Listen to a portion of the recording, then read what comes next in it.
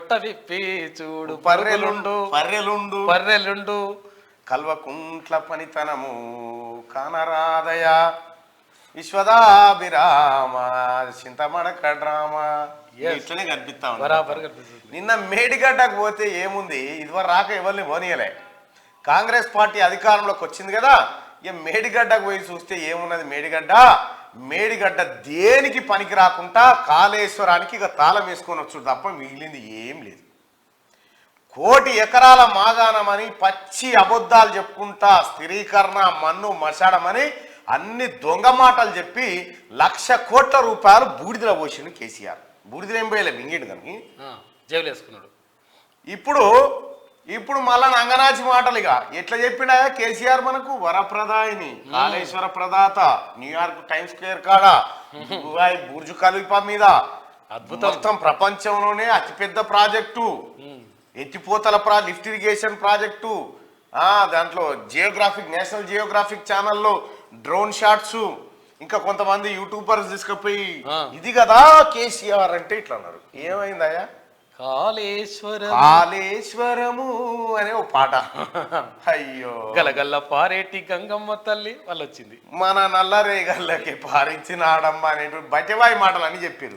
ఈ పాటలు ఉత్తయే, ఈ డ్రామా ఉత్తదే, ఈ నీళ్లు ఉత్తదే, ఈ స్థిరీకరణ ఉత్తదే. నీళ్లు మాత్రం ఆగమైపోయినాయి, నిధులు మాత్రం మింగింది ఒక్కటే నిజం. అంతే, ఏం తేలనే. నిన్న 5 మంత్రుల బృందం పోయిందాడికి.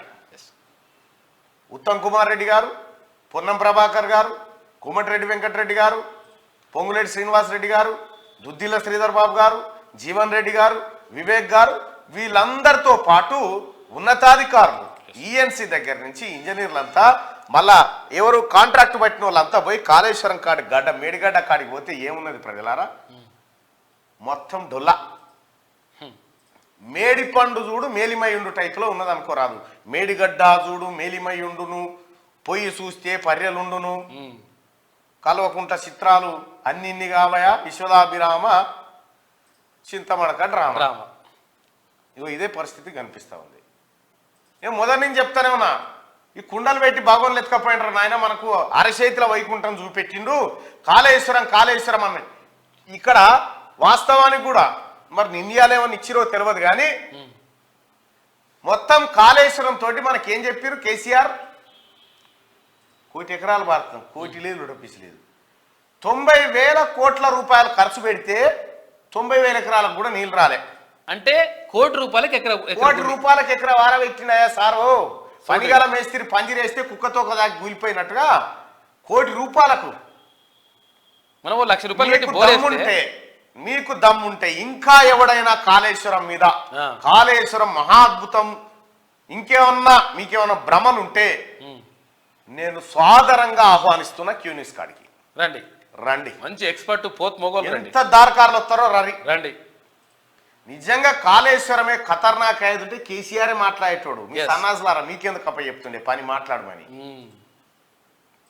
కేసీఆరే మాట్లాడేటోడు.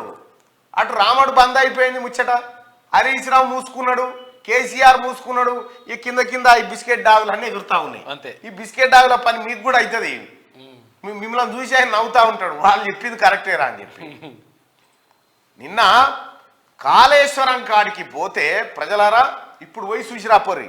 గతంలో అంటే కేసీఆర్ మనల్ని బోనియలేగా, నిజంగా అద్భుతమైన ప్రాజెక్టే, నిజంగా దాంట్లో నిజాయితీ ఉండి బ్రహ్మాండంగా ఉండి ఈ చేస్తే ఈ అయ్యకు అదే లేదు ఇంకోటి ఏదో అన్నట్టుగా ఈ రెండు టీఎంసీలకే దిక్కు లేదంటే 3వ టీఎంసీ దుకాణం తెరిచే